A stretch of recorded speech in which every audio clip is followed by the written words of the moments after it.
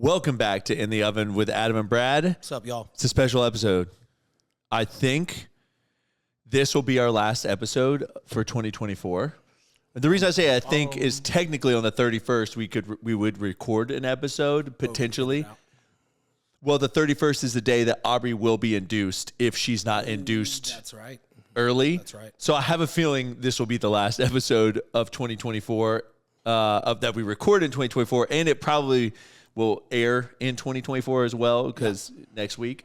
So just this is our time to like talk about the end of the year. I want to talk about like goals for next year. I know we have some like videos to react to, but really it's like, you know, if we have time, we'll react to those. I really want to like dive into like end of the year stuff, and I don't know if you're emotionally prepared for this. Yeah, wow. Okay, spring that on me. I had to spring it on you because it would give you more anxiety if I didn't. Yeah, you're right. No, I mean, this is if I would have done it. Well, if I would have done it earlier, I feel like I just know you're a little anxious today. If I had done it earlier, I felt like I would have sent you on the deep end. So I kind of held it. Yeah. So good call there. For those of you that don't know, I am experiencing my first little bout with extreme anxiety.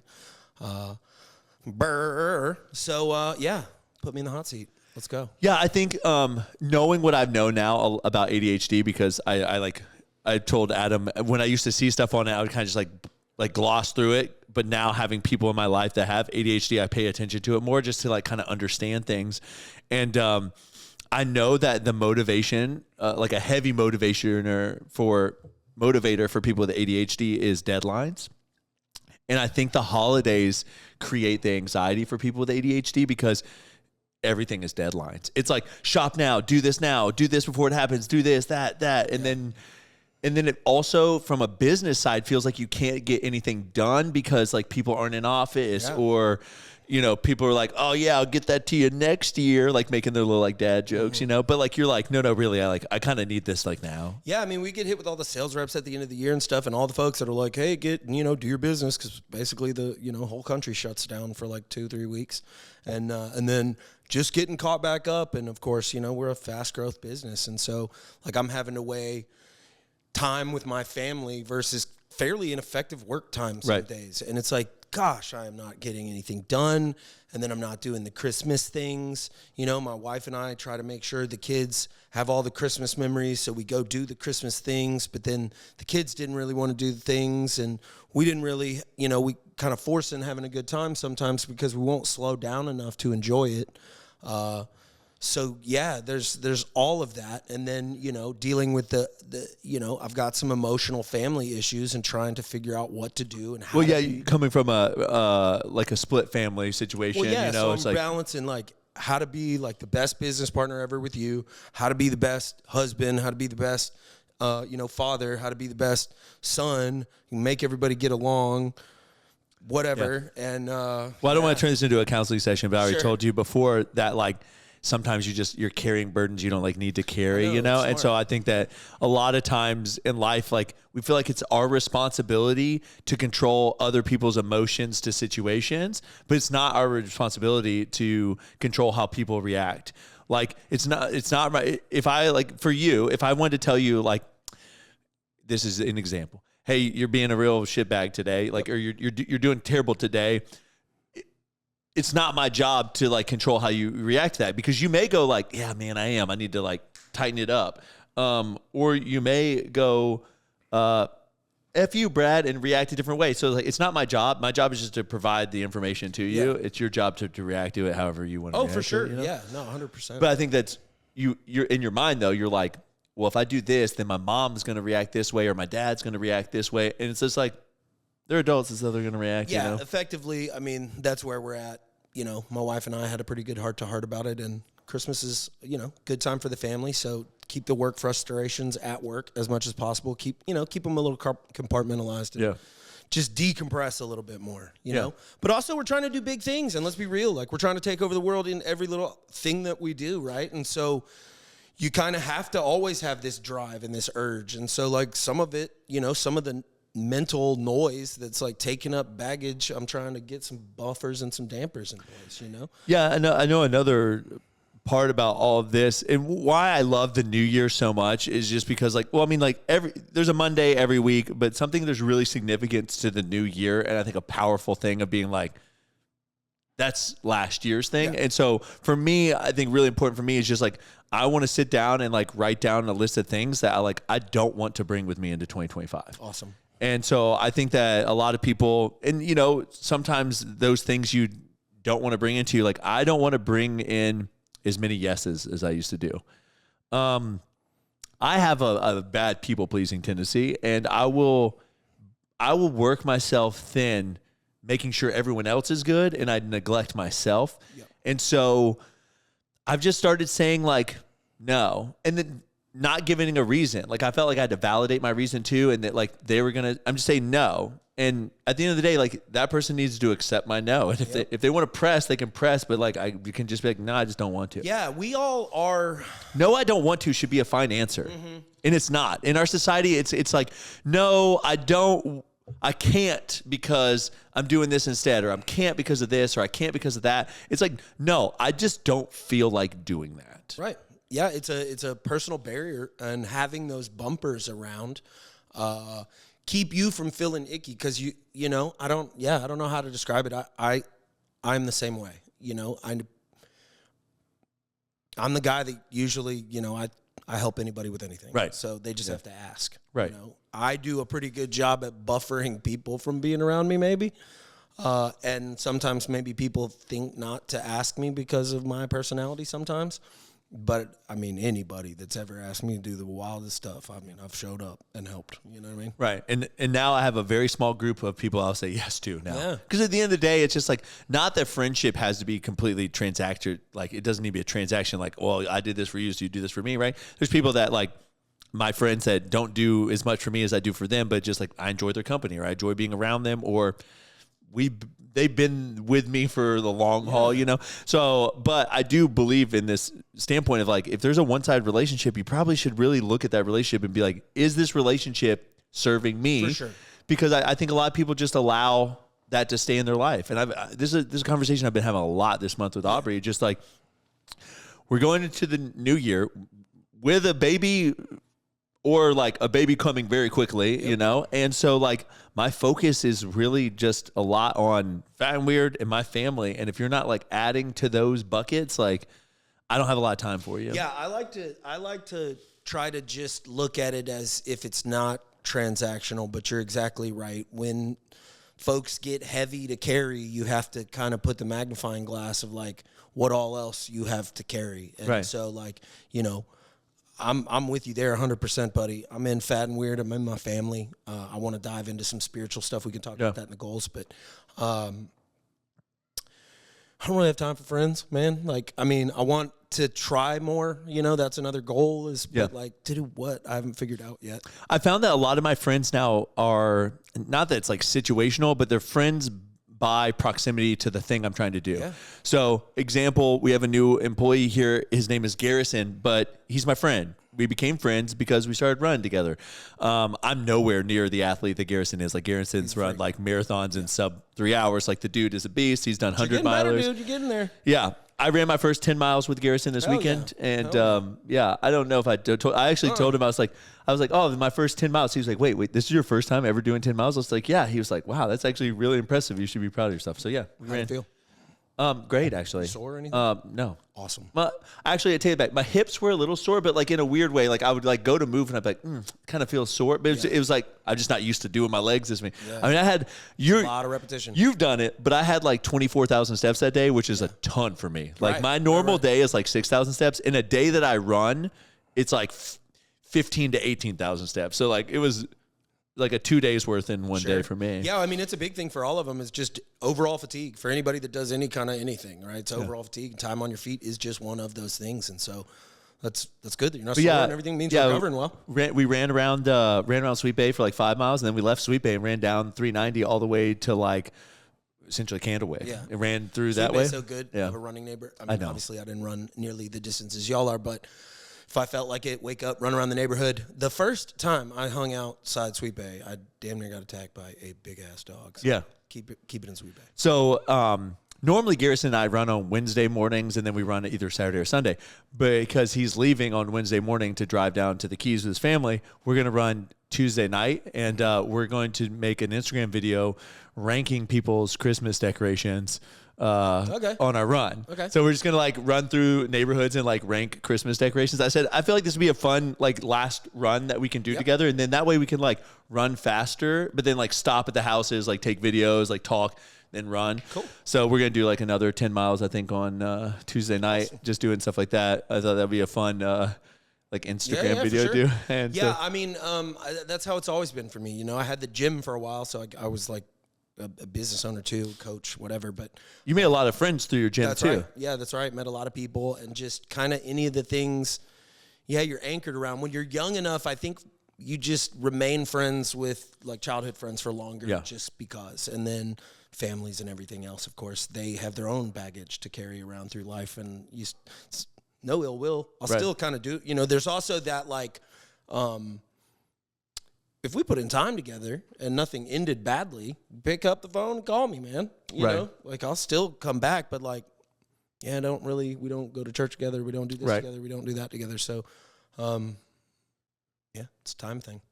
Yeah. So and the world's only trying to make us busier, dude, you know? So yeah, that's always something I talk about all the I don't time. know how to slow down and get everything done I'm supposed to get done. Like, I don't know how to be the thing I'm supposed to be in all the channels. Yeah. I mean, not that like people previously didn't feel like they had to operate at 100% capacity, but the 100% capacity needed was like mainly like physical or mental. It was one or the other. It was not both. I feel like I'm required to be physically and mentally at 100% capacity. Like Same. I need to be like on the phone or answering emails or doing something while I'm doing something. Everything in my life, I feel like I have to be doing two things at once or else I'll be cut behind. Dude, I got sick and I was I think I was still stressing myself out that I like wasn't there to be 100% wherever I was needed. And nothing blew up. Nothing bad happened. Nothing. But it's just like, yeah, you're right. It feels like every second not moved forward farther than possible anyways is like a second behind. Yeah. You know what I mean? Yeah. In truth, it's not, but in also truth, like it kind of is. The world is moving so fast that you'll be cut out if you're not there somehow immediately. Yeah. I think the anxiety you're feeling now, like I was feeling a lot of that last week. I was like trying to get the project done for my mom's Christmas present. I was trying to get like a YouTube video done for the cold plunge so I can get my dad's Christmas present because it was part of like that video. I was... the baby's coming any minute. I felt like everything with Fat and Weird was like so I felt a lot of that pressure last week, and I think I'm finally just kind of like woosahing my way through that. I kind of want to let's jump into like Fat and Weird goals first, because I think that'll give you time to like focus on something besides like yourself. Sure. And then we'll go into like some self goals if you have any that you want to share. So for Fat and Weird, just transparently, I think it's really cool that we have this podcast. On average, we probably have around 100 people. So I appreciate every single person that tunes in, whether they accidentally clicked on it or whatever. But if you made it this far, I appreciate you. And because of that, like I just want to be more transparent with a lot of the behind the scenes stuff on Fat and Weird. So it took us about a year, all of 2023, to get into 100 stores. I think on average it's about 100 stores. And then this year we went from 100 to 500 stores. So we added 400 more. So I would say our growth was like 4 times as large just from a store number. From like a revenue number, it wasn't quite 4 times as big, but it was pretty close. Yeah. So my goal is actually my goal is to 5X this year. I was going to tell you 4 just because that's what we did, but no, my goal is to 5X this year. And so my goal, if we're in 500 stores, is to be into 2,500 stores by the end of next year. And knowing what I know, I think that number is too low. So I'm going to go ahead and say here first. Coming from. Yeah. You hear it first. I think that this is a goal that we may actually reach early, and I'm going to need to like readjust. So I guess if you ask me, my stretch goal is 5,000. So like that's like what I would really deep down in my heart want to hit. My realistic goal, I think, is probably around 3,500 stores. I think that there's a potential that we could hit 5,000 stores by June, July. It really just depends on some of these big accounts. And I know you guys are like, if you went from 100 or 0 to 100 and then 100 to 500, like what makes you think, what makes you think you can jump that high? And the real truth is like, well, a lot of those initial stores that we added were just not that big. And in my 500 stores, like I'm not even counting 300 stores that we brought on, like we're bringing on right now. So it's like, we're already at almost 800. So yeah, there's a big, long dating process with any of these companies. But I mean, I don't think you're wrong, buddy, at all. I just have this sense of impending doom that we're not ready for the floodgates that are going to be open for us. I mean, I believe so wholeheartedly in this brand and what we're doing. And the fact that I've been there with you grinding, we've been sharpening our axe. Can I pause you for a second though? What makes you think? What has we ever occurred? Like, what has ever happened that me and you? Hold on, you have not been able to figure out or like get to.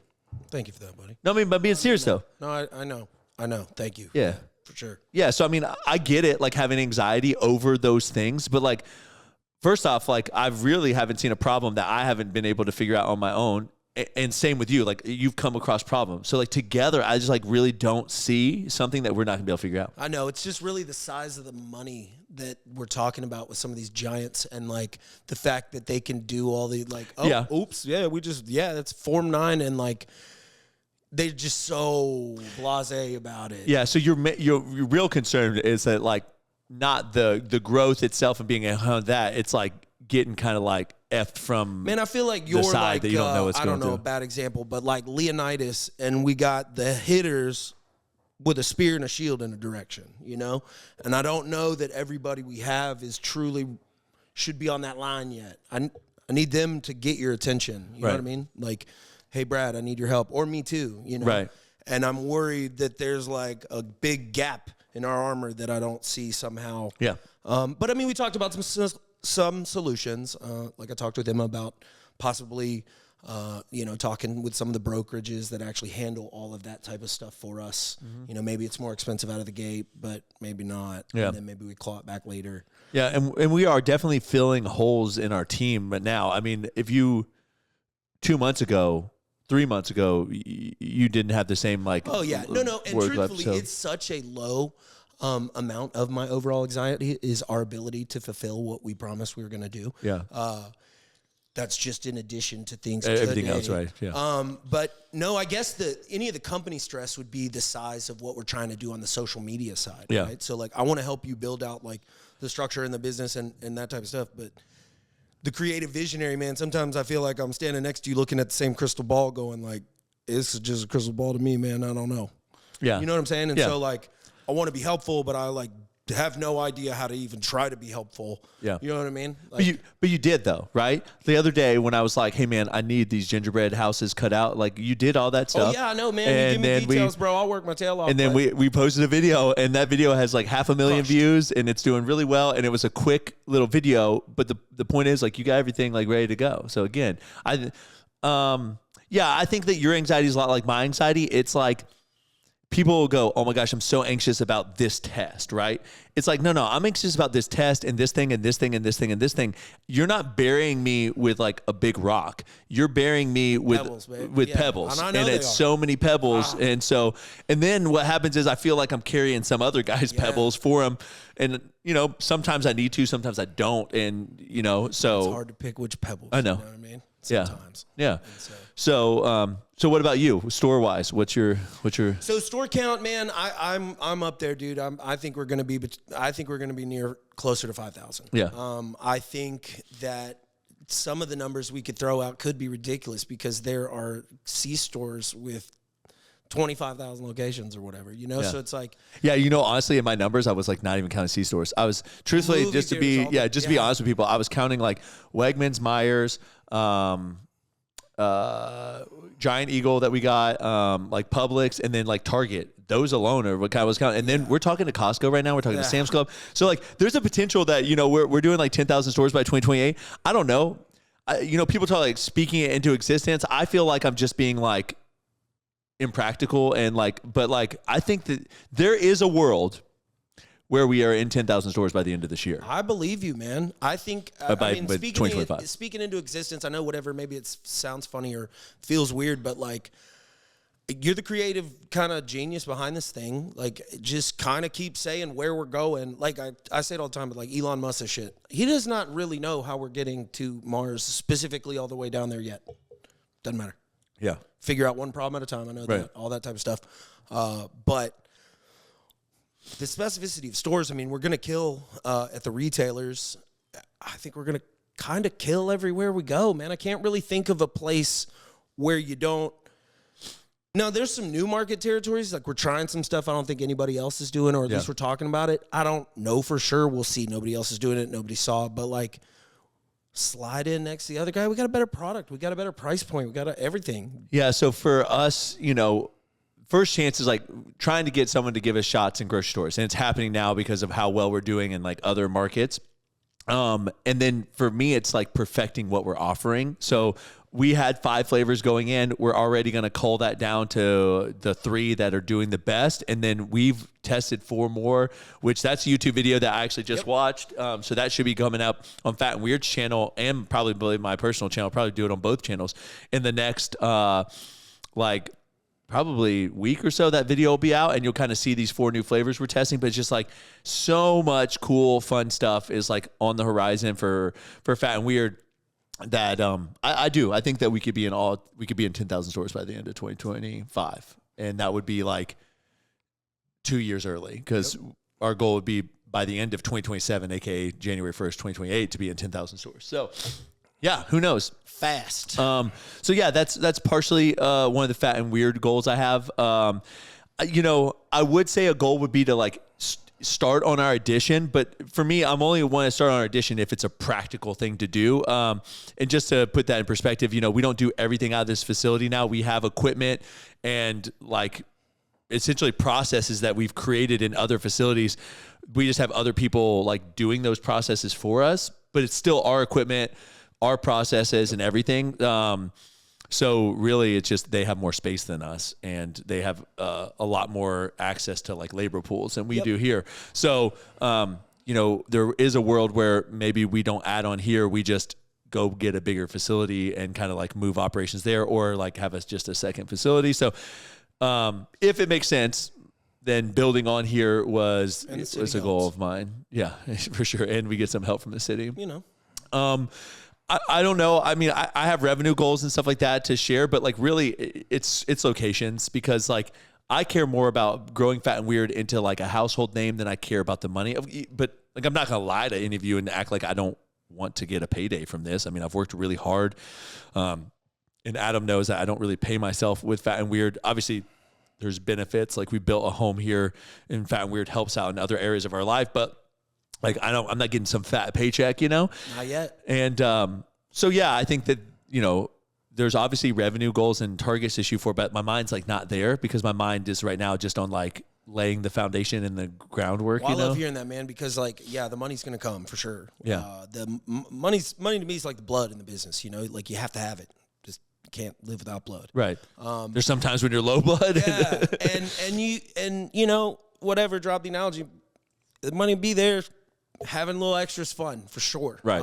It's a more fun place to work for everybody, all people involved. It's not until the later dates when the cutthroats at the future people we probably sell this company to at some point come through and need to whittle and improve profits and answer to shareholders and all that stuff. In the meantime, well, you know, Brad, whatever, we can agree to throw in a party or whatever. Right. It just is so easy. It's fun. Nobody, you know. We can buy some helium tanks and try to float my daughter with them. We got all kinds of fun stuff we can do, and that's the kind of fun stuff you can do at like a fast growth company, you know, because you grow margin and then you grow revenue and then you work backwards and like go, okay, I need to clean up this. Right. That's a little sloppy. You're charging me too much.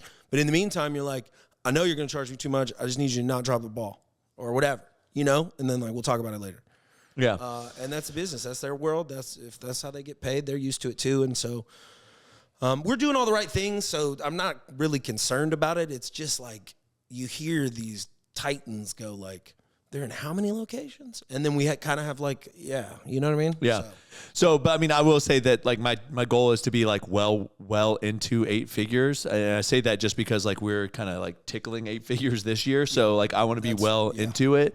And obviously if you're that kind of growth, you're going to be in it pretty solidly. So I guess that's all I really have about revenue. And again, I could give you like guys like cookies out of the facility, but because it's cookie dough bites and cookies, it's like really hard to figure it out on those things. And the truth is I care so much about the growth that I don't really care like where the growth comes from, you know?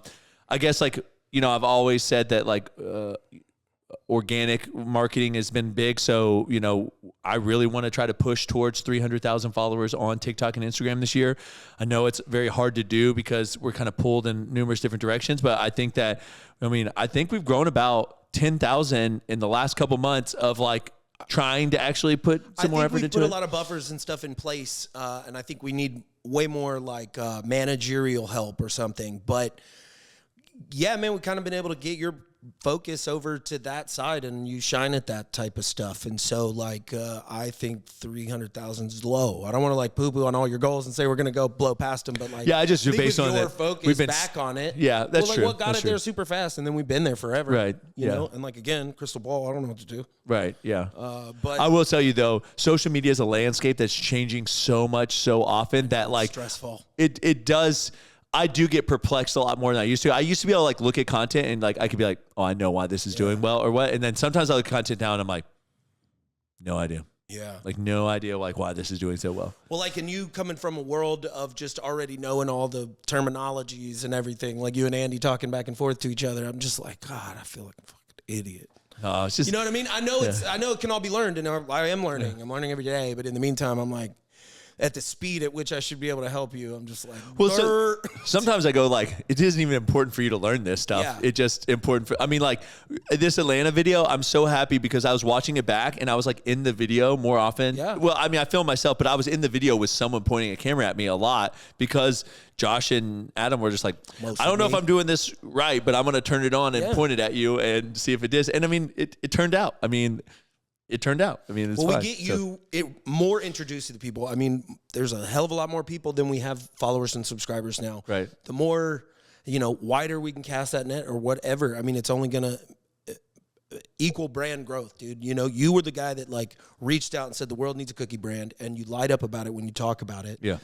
And the more we can get buffers in place so that like, you're in a good mood for me to slap a camera in your face or somebody else, because running a business is also stressful shit, and we have regular lives and stuff. I agree with you and everything. The marketing thing and the whole, all the gurus out here telling you got to do this and this and this and this is stressful to me, but like, whatever, I can take it.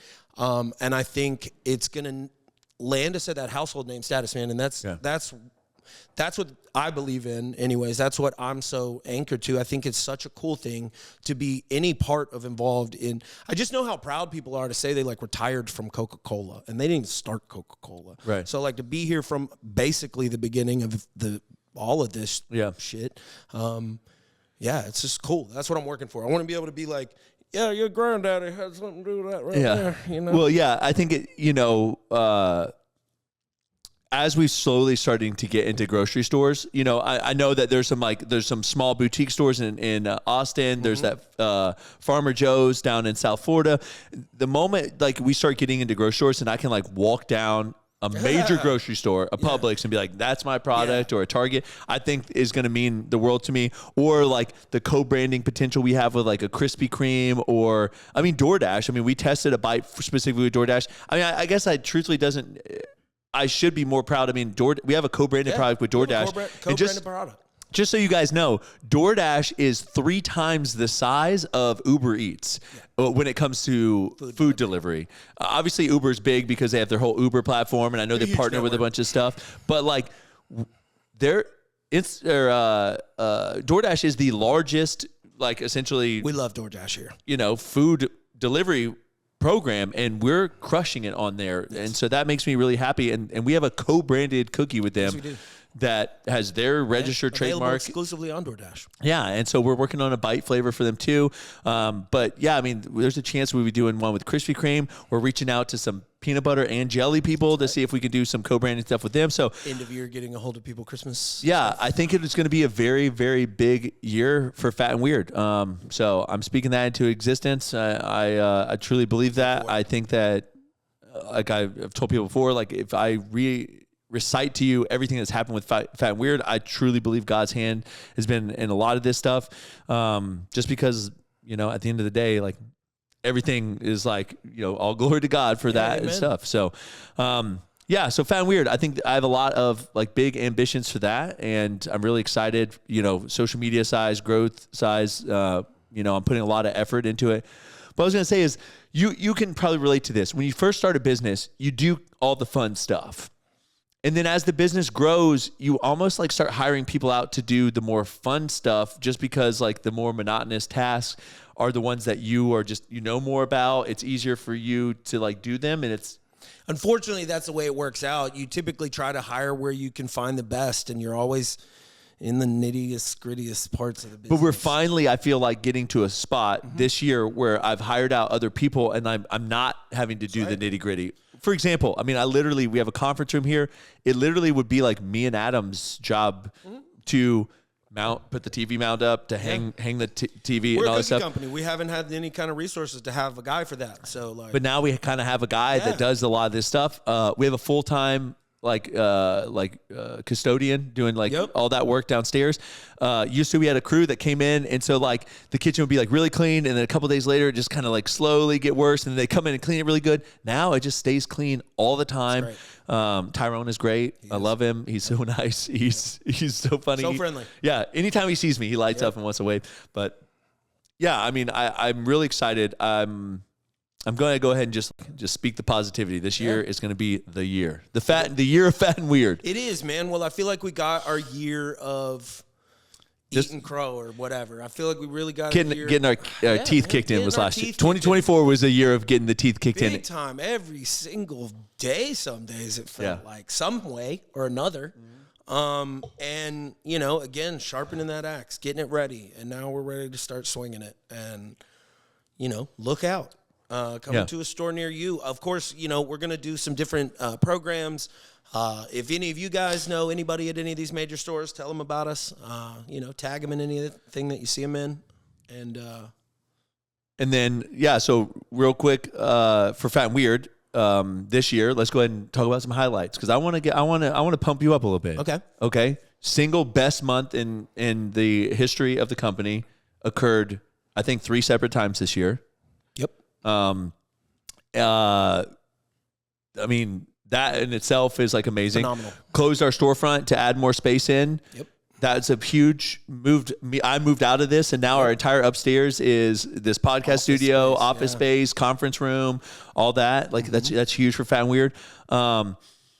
We brought on a major food distributor. That's right. And we're working now with one of the largest food distributors in the United States. Yep. They were fun. We have off-site storage facility for our cookies because of how much that we're producing now. Since just this year, we've tripled our output of this facility. At least. So yeah, I mean, good job. Yeah. Hell yeah, bro. Doing anything and everything, neither of us had run what we were running up against, but through thick and thin all year long, we were able to solve some very complicated challenges, very expensive, that we were able to pivot and minimize damages with.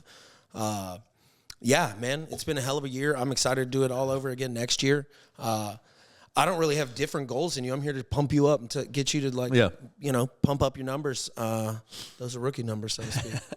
But no, man, it's exciting. Definitely, I've never been a part of anything that we're already the size of. So it's cool, it's fun, it's scary in a good way. I think that's what the hardest part for me is. Yeah. I'm the CEO. Yeah. I am. I feel like a fake because never been a CEO of a company that did any amount of money, really. I mean, obviously, Aubrey and I's personal coaching thing was just me and her, right? But it's just I've never been a CEO of even just a 6-figure company, much less a 7-figure or now almost 8-figure company. So it just feels like sometimes I should know the right answer and I don't know the right answer, and even know the question or whatever. Yeah. That's where I'm struggling with. I'm trying to run around and find the questions. What do I even need to look up? Yeah. And so I'm with you.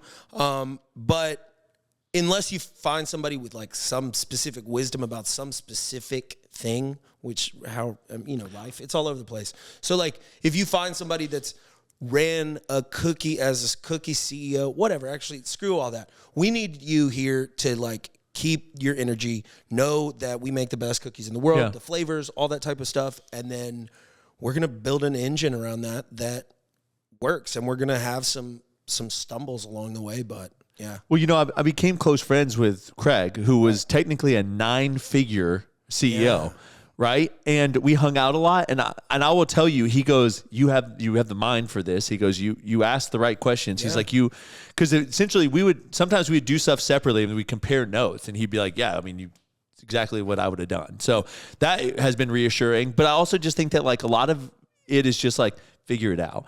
And I think you notice the people that can figure it out and the people that can't figure it out. And then, not saying that people that can't figure it out aren't good at certain things, but they're just not good at things like being a CEO, because you have to be a good figured out kind of person. Yeah. Well, it's just at its core, to me, what being an entrepreneur is, you just see revenue or see money potential. Like, why doesn't nobody offer that? Somebody will want to pay for that. I'll offer it. Like, so to have that, you kind of already have that skill, and you have to. And then from there, well, why isn't somebody doing that? Somebody needs to do that. Well, why don't we do it like this? And as long as, what we have to protect, like you from, really both of us, but mainly you, is the creative energy, not getting worn out with the monotonous shit, like I tell everybody, I can do my job pissed off. Don't piss off Brad. Yeah. You know what I mean? Because that's it. If we slap a camera in your face, you're going to be like, dude, no, not right now. It is true. And so, like, we're going to figure that out, get those buffers in place, do some other cool trips, I think, up to like Peach State or wherever, go to some food show. Yeah. And that's only going to spread the brand. And I think, I go and run my mouth to the people directly, but if we can do it on a scale, right? Yeah, where we can video it and show it to everybody, then that's next level. That's a lot more people than can hear me running my mouth. So like, that's awesome, and that's only gonna make the brand do bigger and better things. Right. And so it's fun. Yeah, I think that that's another pressure that you feel all the time, is that like everyone's marketing all the time, and then you just feel this pressure of like, I need to post sooner, I need to do this, I need to do that. Our content? Oh, we missed it. Oh no. Where about this video that we filmed? Where'd it go? No one knows. That's kind of all I have for Fat and Weird. Hopefully that was like good enough for people. And then I guess personal life stuff. Since my life is so connected with Fat and Weirds, a lot of that is just like ensuring that I'm there. But from like a family standpoint, obviously I'm about to have a newborn child, so like just supporting my wife through that situation. But long term, I want to go back to New York for Christmas next year. That's something that we had kind of started that tradition, and literally the second year we weren't able to do it. But I want to keep that going. So I'm definitely going to do a New York trip next year. Maybe we'll be at a point where it can be a larger trip, meaning like maybe you guys could join us. We could do a fun trip. I do want to do, I guess this is Fat and Weird. I do want to do a group trip with Fat and Weird. Tudor's Biscuit World, you know how they shut down and they take all their employees to like Disney or something like that. Even if it's like, hey guys, we're driving to Mobile and we're going to do a 3-day Bahamas cruise or something like that. I kind of want to do something for the whole entire Fat and Weird group. Or we rent out, go to Great Wolf Lodge or something. I don't know. Something that we can do as a group. I love the team here. I want to reward them. We have a bunch of really, really great people here. Like really great. We had a guy out, lost a relative that was very close to him. He was gone for like 3 days. And when he came back, you could just see the team just happy to have him back. And, everyone just saying like, hey, so sorry. And like, just people care about each other here. And I love that. They love each other as teams. You can tell they just love each other downstairs. And so it's really cool to have like such a, I know it's also why it's hard to be like in an emotional state, because everybody's like, oh, Adam, what's wrong? Yeah. And then you're like, oh. Yeah, I know. Get away from me. It is weird. Sometimes I forget that I'm like almost 40 years old and like I get emotional like in talking to my employees. I'm like, I wonder if my employees are like, look at this 40-year-old dude just crying over here, Then that starts in the back of my head. I gotta get out of here. But no, I think it is. It just lets you know that we are such like a family and vulnerable place that like you can be open. Like you can say like, man, I'm just having a really tough day. There's some personal stuff going at home. Yeah, well, it's cool because with as big and as popular as we are and as much social media stuff as we do, we're not a front-facing business. Like, nobody gets to interact with our employees but us, really. Yeah. And so, like, they don't have to put on the facades of, like, thank you for coming for your service, It's not that anybody, but, like, people can be real. They can have bad days. They can have off days. They can also have great days. We want to know about those. And, they're, like, big families. It does work. It works well. If you can, I don't know how to tell y'all how to do it because I've been places that don't have it. And those places have also worked well, but they felt robotic. Yeah. And like this feels very like we'll cover down, we'll help out. Yeah. For each other. So, but I will tell you, the moment you bring in new people, you have to gauge it really quick because if they start messing it up, you got to get rid of them. Yeah, for sure. Well, actually, here's what I can tell you how you can build it. You build it. You know, you had a great team here. No, when I got here, and then I started helping, and so between you or I or whatever of all the people, we've been able to shape them into some kind of good team, and they got to see that. I think everybody knows you're quick to just jump in and help. Me same. Well, so I think a lot of it comes from that like top down leadership of this like. There's no job at this facility that you won't catch me and Adam doing, right? There's times that they're cleaning up trash that I'm cleaning up trash. I know the other day you walked into the office and I was like sweeping up dirt and you're like, what are you doing?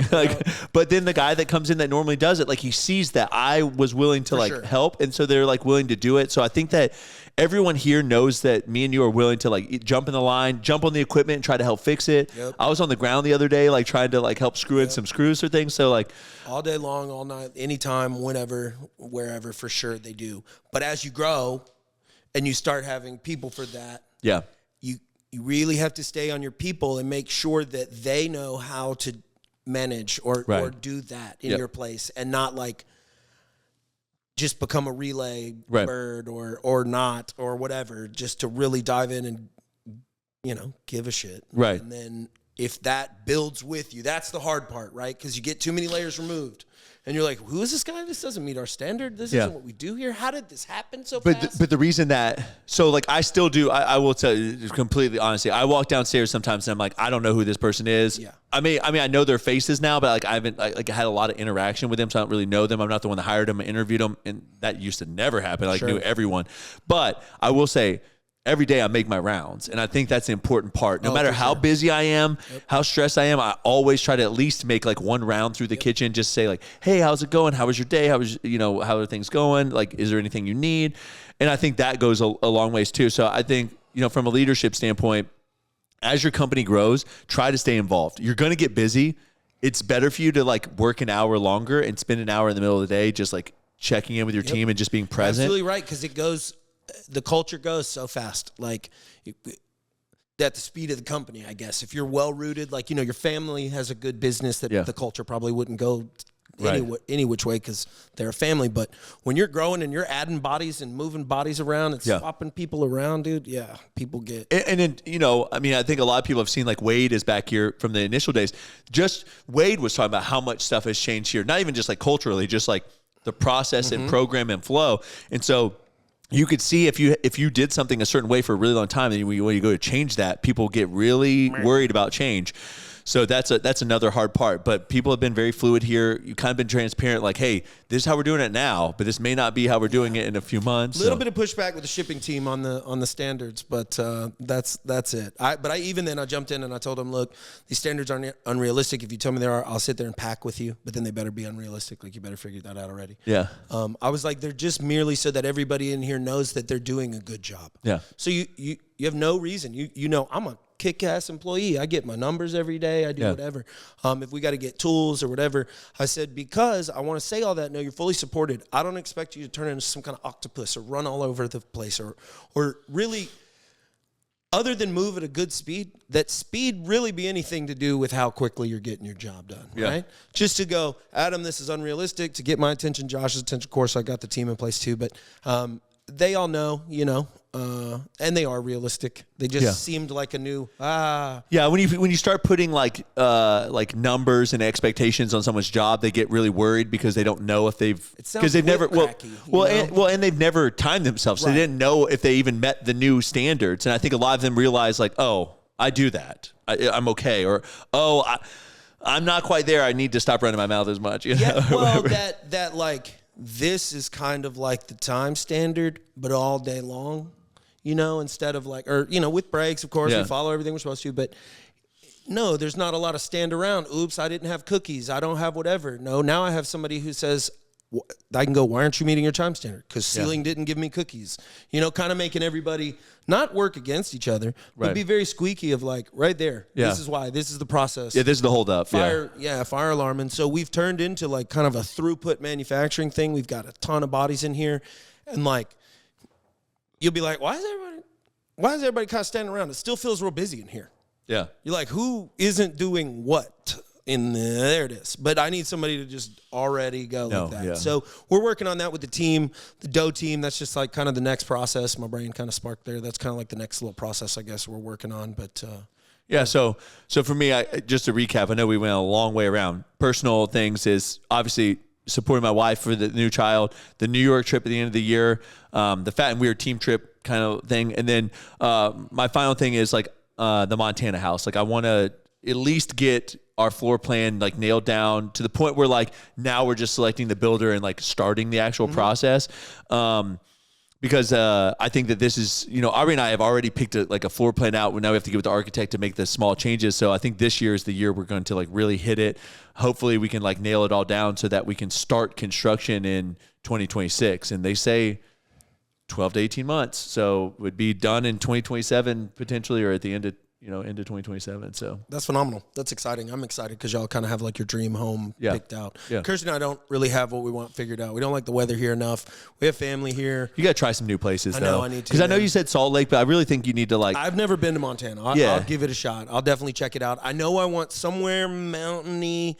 I'll say somewhere. I mean, I know Yellowstone was shot in Montana, right? Somewhere. I've never really watched the show either, though. So somewhere just like where realistically I could go do something physical because I do like hiking or something. It's just hot, flat. I think sand. the difference between like Salt Lake and Montana is like Salt Lake City is you would still be like near a big city, which means that like, I mean, there's a ton, there's NBA teams, there's like you could go to games. That's what Salt Lake provides. Montana provides like the real country types things. Like obviously Aubrey and I's house that we bought is in a neighborhood, and there's like a Walmart down the street, and there's like a Safeway or something like that right there. But in general, like there is not a Topgolf. There is not an NBA team. There's not that stuff. Yeah. But so it really just depends on like what you're looking for in life. I would say that the winters are probably more milder in Montana than they are in Salt Lake, truthfully. But it still gets snow, stuff like that. I think for Salt Lake, you'd have to travel further to like go hunting. Well, truthfully, I mean, it just depends. The more the state of the world gets, the more away from everybody I want to be anyways. And so like, it's just, without going into that doom and gloom, I truthfully think, I've just never been to Montana. So well, you will. You're going to go next year. I know that I liked just my overall sense of, the mountains are pretty. That was nice as a backdrop. I guess I didn't add to my list. I got to take you to Montana next year. Okay, yeah. So let's go to Montana. At some point, we're going to go to Montana. Well, we're going to Nashville. Yeah. Oh yeah. I guess I should probably add that one in. And then a personal goal is to run a half marathon. Sick. So, and I'm aiming for the Nashville, April 26th, your birthday. Which again, man, you're training hard. You're putting down 10 miles already, and it's months from now. I think you're gonna have a faster goal time that's realistic for you than whatever you've set. Sub 2 hours is my goal time now. I think I could do that right this second. My watch, Garmin, predicts for you. It's telling me right now like 152 is my predicted half marathon. Solid. I think if I continue at it, the problem is like every minute you take off is a lot more than people think, right? Because like you're running 13.2 miles. So essentially every 2 minutes you're taking off of your time, you're taking off a full 10 seconds off of every single mile. Running 1 minute per mile faster is a lot faster. Right. Yeah. Right. And so to go from a 2 hour marathon to even an hour 45 is like running a minute faster. I think you actually have to be at like a sub 8 minute per mile pace, because a 2 hour half marathon is a 9 minute and 5 or 4 second mile pace. Okay. So to run an 8-1, now you're essentially you're running significant. So, but still, that's going to be fun. Yeah, so maybe my goal will be an hour 45. We'll never know. So well, on my side, Kirsty and I are going to find some kind of competition to do together. The only kind that's really like that right now that I can find is a high rocks competition. Dude, you guys doing a high rocks mixed double, male female? That would be really great. So I actually would be pumped for that. Yeah, I miss doing stuff like that with my wife. We did it with the gym for years. Yeah. We haven't had that in a long time, and she I mean, we spend plenty of time together, but we don't get to spend any time doing that at all, you know? And so I don't know. I don't know how we're going to manage it. I don't know. No, I'm already, I'm foreseeing a weekend workout now with me, you, Kirsty, Aubrey, Garrison, like doing high rocks type workouts on the weekend. So something that pushes me a little bit. I'm kind of scared, you know, still got to climb up the ego battle of like, I suck at everything now, you know, cardio's gone, whatever. Is nothing broken, just like, this is heavy. It always sucks to mentally feel like you're starting from a position of lower than you used to be, right? Yeah, you know, man, so to like do one power clean and rip your hand open, and you're like, I have no calluses, nothing. I couldn't imagine. I mean, you were an elite athlete, so to come from your level and to know that you're starting out still better than a lot of people, but like so far from where you were, I could see how that would be a hit. Kind of like today, it feels stupid to complain about. I'm like, gosh, has anybody ever dealt with anxiety before? I don't know what to do. And they're like, welcome to the club, idiot. And I'm like, no, I'm actually like, something's happening right now, you know? So it's kind of same thing. I'm like, this is really heavy. And they're like, yeah, right, big guy. You know, and you're like, it is heavy. Well, remember we were lifting the Murphy bed? Yeah. Dude.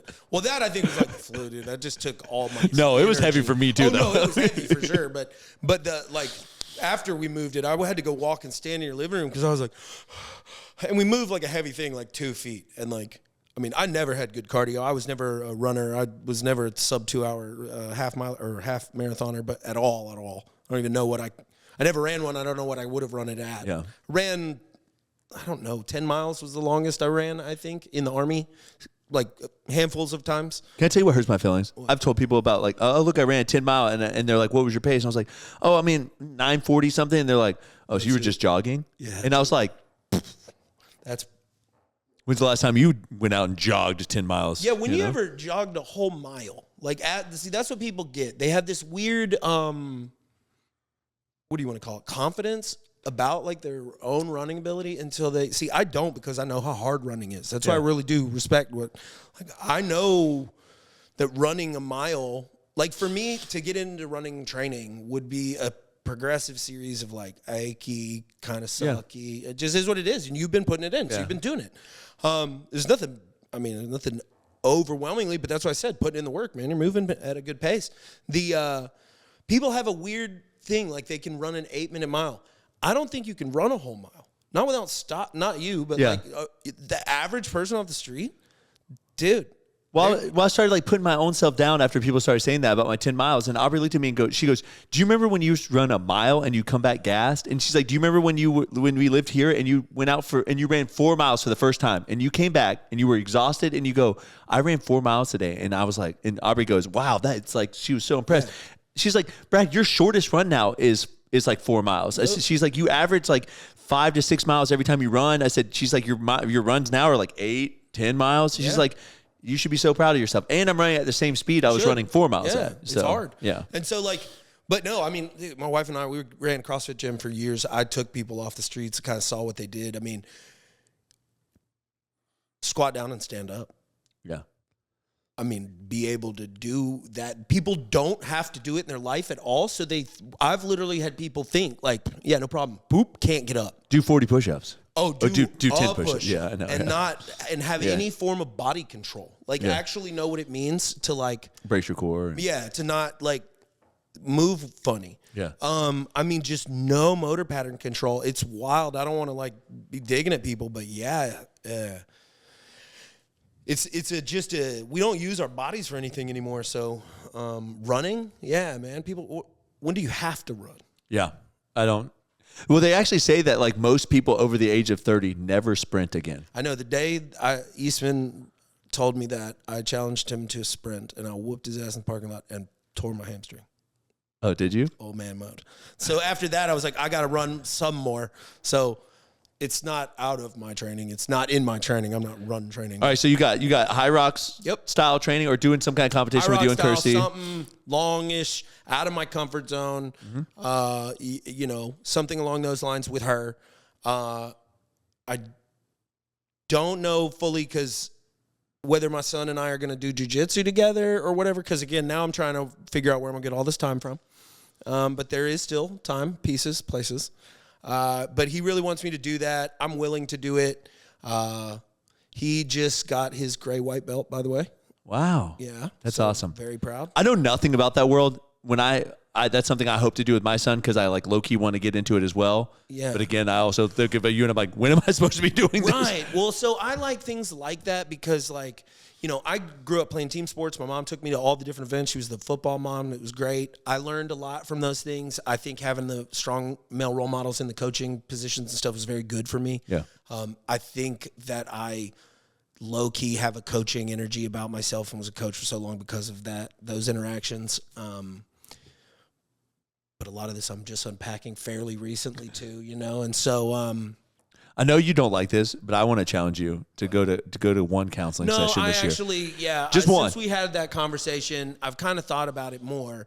And see, on the counseling side, I look at things at like business too much. And so I'm just like, if you have an economic gain to keep me on I would just fill up my roster with people I like and keep them there forever. Right. And so like, and I'm sure some of them do it. I'm sure many of them don't, and they're all great.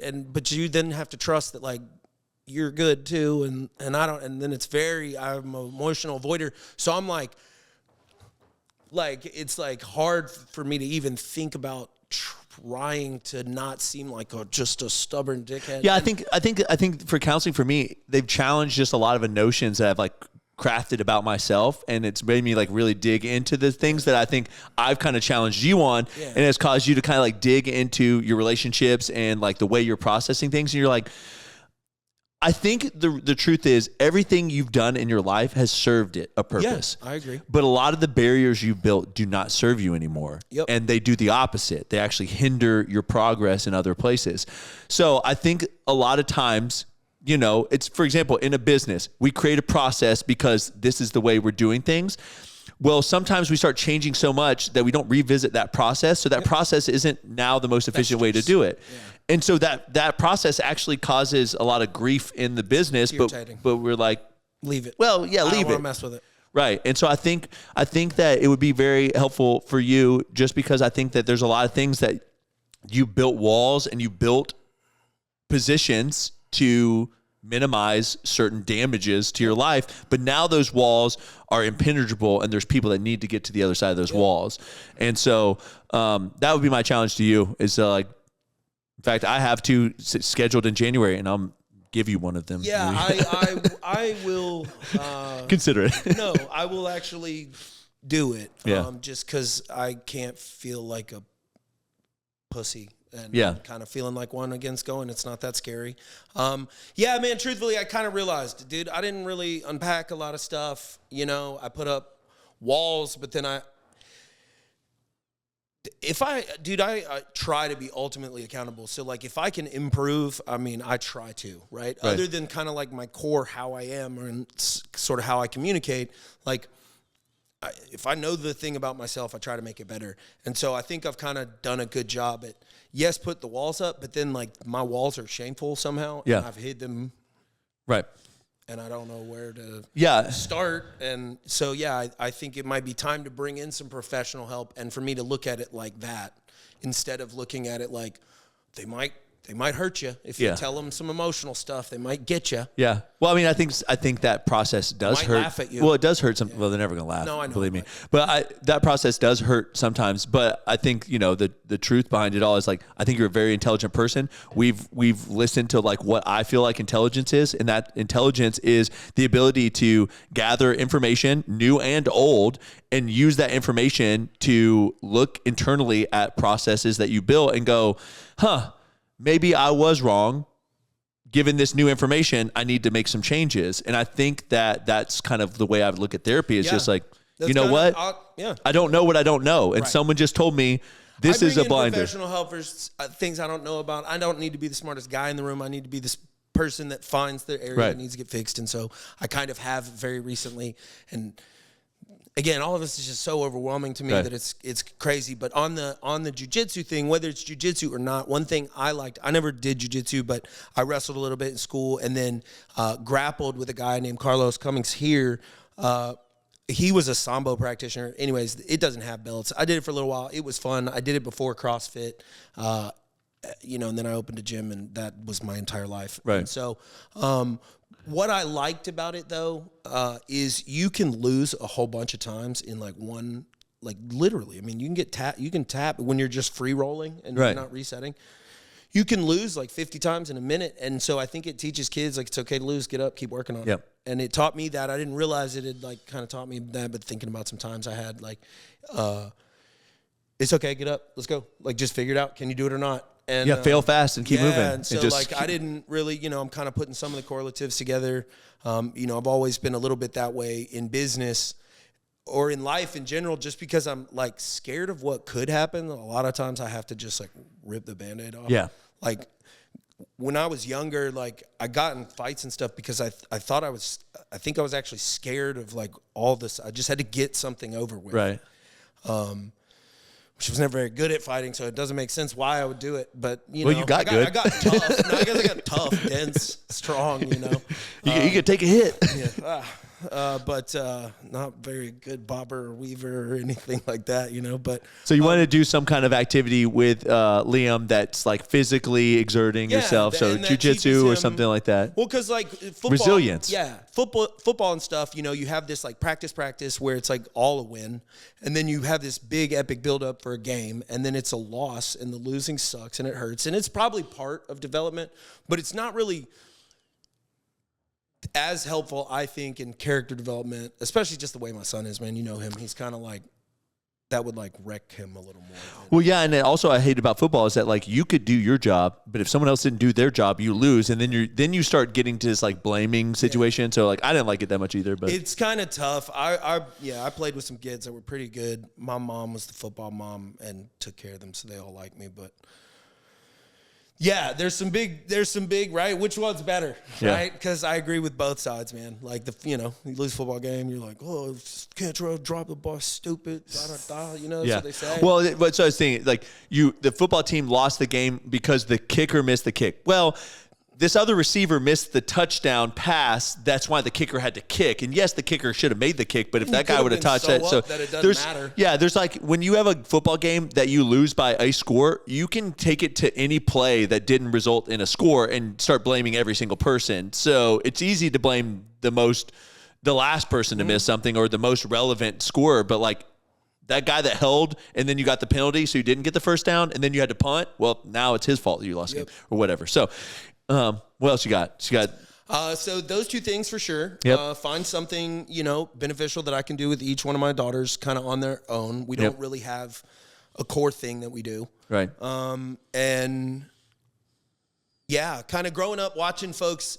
I've always liked when families, I think your family does it pretty well. Obviously I don't see your folks' interactions with your sisters, but some folks have like, the family really is only all there at one time. There's not a lot of like one-on-one deep connections. That's like a thing. And I want to do my best for it to be kind of both. Like I want my family there all the time, but like I want Liam and Emerson to have just the best relationship together. Oh yeah. And then, okay, gotcha. And then a separate one over here. And then like, individually, not like, Yeah, I hang out with my sisters outside of family events and things like that. And I will say my parents hang out with us individually too. Like every year they do a trip with just like us, like just me and Aubrey and that, and then they'll go with just Ariel and William and that family and stuff like that. And so like, essentially having like such a small family, I feel like one thing that I have to do well, right, is create the start of one somehow. Right. That's a lot of pressure, man. Yeah. Dude, stop putting that pressure on you. Listen, I know. Lately, it's been. Well, I just think you put a lot of pressure on yourself. I don't know why I decided to pour it all on myself all in one time. It's like crazy. Yeah. But so that find those things, and then man, I don't know how I'm going, but like dive into faith more. Yeah. I have a hard time with faith, because I have a hard time with not understanding how things work. Yeah. And so like. I fully believe, but I feel like I'm saying that I believe. Yeah. And I want to believe, but I don't understand. Mm-hmm. And so, we've had the sideline conversations about which denomination, whichever one is best for you is best for you. But certain ones like that get mad at you for asking a question, I can't go to. And some of those are very much like that around here just because we're in the South. And then, But I like the logical formality. I just want the right person to explain some of it for me. And I don't do the best job at looking. Right. Because too much New Age church feels like I'm doing something wrong. Like I need to be a little... Feels sacrilegious to be having fun or something. Like this is God here. We need to be... And so you don't, it's kind of tough. And so... Well, something I did this year, which I could challenge you to do, is I just downloaded the Bible app and I did a devotional. Takes 5 minutes. Okay. Every day I did the devotional. Okay. I read Bible verses I've never read before. Okay. Obviously, there's people speaking and they break down stuff that I just don't think about. So, I think it's been very helpful for me, and it also helps me set the tone for the day a lot better. Just to get into the Bible first thing in the morning and just kind of start there. So yeah, because I'm doing the say the things, pray, hope that I'm doing it right. Always want to be a good person, but too much of a whatever. I think that's a normal feeling, though. I just think that's a normal feeling. I think it's also a normal feeling to want to feel like you know more, but you just don't. And the way I usually think about that is as a child, when my father tried to explain things to me, they try to dumb it down to you as best they can, but you don't grasp it all. And they're thinking about just so much more than what you're thinking about. And I think a lot of times we're like, well, I'm an adult. I know so much. And God's like, oh, gosh, you don't know anything at all. I think of it the opposite way. I think that all these stories and stuff were told to us, we're told in that manner, that we were too stupid to understand, that we're still too stupid to understand. Yeah. It's an omnipotent being. Yeah. I think of myself as it's the opposite. It's not an ego thing. Okay. I think I'm so dumb that I'm missing something. Right. I'm not doing something right. Just just across the board kind of feel like a faker. Right. And I don't want to be a fake, obviously. And so, see, that to me starts to lend to you're probably doing it right. Because I feel if you're so comfortable with Christianity and you feel like you've got it all figured out, then you're in the Dunning-Kruger effect, and you're at the I barely know anything, but I feel like I know everything. I think you have now come around that corner, and then you're in the pit of despair of oh my gosh, there's so much I feel like I don't know. So when someone speaks to me, I feel like I don't know what to tell them because I feel lost, you know, and things like that. But I think a lot of that just comes from just again, spending time in there. And just for me, all the time, I'm like, man, I don't know the answer to that, but I can tell you that, Yeah. Yeah. It's just tough. So, yeah. I think if you always seek God's heart, and a lot of that just comes to just loving people, that you'll come to the right answer. And I think a lot of times I do things and I go, am I doing this because I'm doing it because I'm chasing what God's heart would want to do? Or am I doing it because I want to appear that I'm chasing what God's heart want to do? But I think at the end of the day, God doesn't care, because he'll get your heart there eventually. Yeah. When you do stuff enough because you want to do what pleases God, whether your heart's in it or not, eventually your heart gets there. Yeah. And I think that that's kind of one of those things that is it easy to help someone that's wronged you? No, it's not. No, it's is it wrong to do to want to do the thing, but then go man, I am really doing this mostly for God to notice, my favor. And then is that no? I don't think it's wrong. Manipulative. No, I don't think it's wrong, because God, at the end of the day, you're, you know where I'm coming from? Yeah, you're asking, is it more important the heart or the result? Yeah. Right? Is it more important that I wanted to do this for you, or is it more important that I actually do this thing for you? Right? And so, I think, no, I mean, doing things just to please God is fine? I think so. Okay, cool. I mean, I really do. I think so too, but it's then I feel was I supposed to want to do it? I mean, does everything you do for your wife, do you want to do it? No. True that. And is your wife happy when you do the things, regardless of whether you wanted to do it or not? I like that. Simplified. Yeah. See, that's what I mean. I need it simplified. Thank you. But I also think that I'm trying to start a small group. I know Wendell's come over here one time. I think that one of those things would just really help you. Because I look at Wendell sometimes and I go, Wendell, this is what's happening in my life.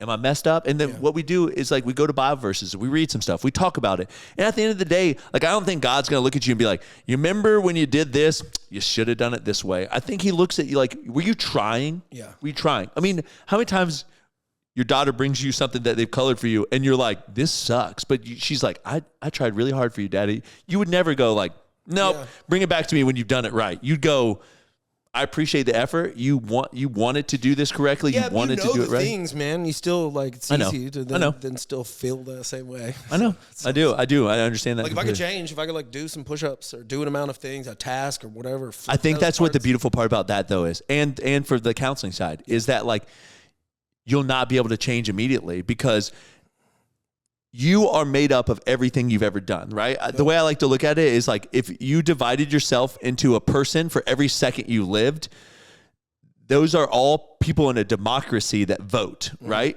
You smoked, so you smoked for 20 years. So you have, if you break those people into years, you have 20 people now that whenever you say you're going to give up smoking, that go, nah. Right.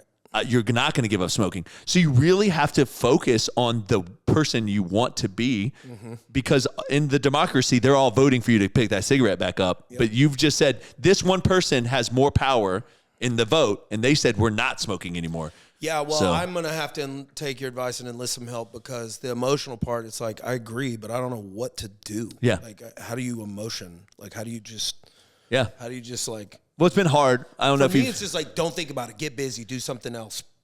Exercise, run, do something. You know what I mean? And like, I want to, but like, I need somebody to tell me what the work is I got to put in because like, otherwise it's like, to me, it sounds like I got to go sit and talk to you for an hour. What's that going to do? I'm going to cry and have to go back to work? Yeah, you got to sit in it, bro. Maybe I don't want to. See, I think you've been avoiding a lot of stuff. I have. You know? I mean, it's the truth is like, you know, I know like I do too. Like I like want to hit my vape pen to like just like push it aside, but like got to get back to work. A lot of it's just sitting in it. And so like even Aubrey and I talked about the other day, when one of us gets up from the couch and we pause the TV or whatever, the other one just grabs the phone and gets on it. And I said, have you ever just not grabbed your phone? And so she didn't the other day. And immediately all these thoughts came into my head instead of my phone. And I started like thinking about all these things. And some of it was uncomfortable, like this uncomfort of like being bored for a second and like sitting in it. And it was painful, but also like freeing at the same time to like kind of sit through it. So, wow, man, I know this is a long one. We didn't even react to any videos, but I like this podcast. This was back to kind of our old style cathartic feeling. Yeah. Adam's going to go cry now. Well, maybe I'll go to counseling and they'll let me be comfortable talking about that type of stuff. Because otherwise it just sounds like I need to take a shower. You know, like I'm icky. Well, I have 2 counseling sessions scheduled for January. I may go to my first one and be like, hey, the second one, this guy's showing up for the second one. So, you know, maybe I'm going to have to force Adam to go. But I think that once he goes, he's going to be like, dang, I wish I would have done this sooner. Yeah, I don't know. So, I can't tell. Or he's going to come back and be like, Brad, I'm fighting you now because I did not like it. No. I need to work on it anyways. It's something that scares me. It shouldn't scare me. And it's just like, what is scary? It sounds silly. Well, I hope that we at least challenge you to, one, sit in the discomfort, really think about like some of the things that are like looming over you. Can you do something about them? Are they false labels that you put onto yourself? Are you maximizing things that aren't really that big of a deal? You know, I think that a lot of that is like the anxiety looms over us and it's just us playing out all these different scenarios. And sometimes it's okay to be prepared, but you're over preparing yourself for a moment. And then you get to that moment and you go, why was I so worried about this? Yeah. It's not even that big of a deal. Yeah. So yeah, I guess that's some challenge. Hope you enjoyed some of our goals. And I guess we'll see you all in 2025. See you. You're worth it. Do hard shit.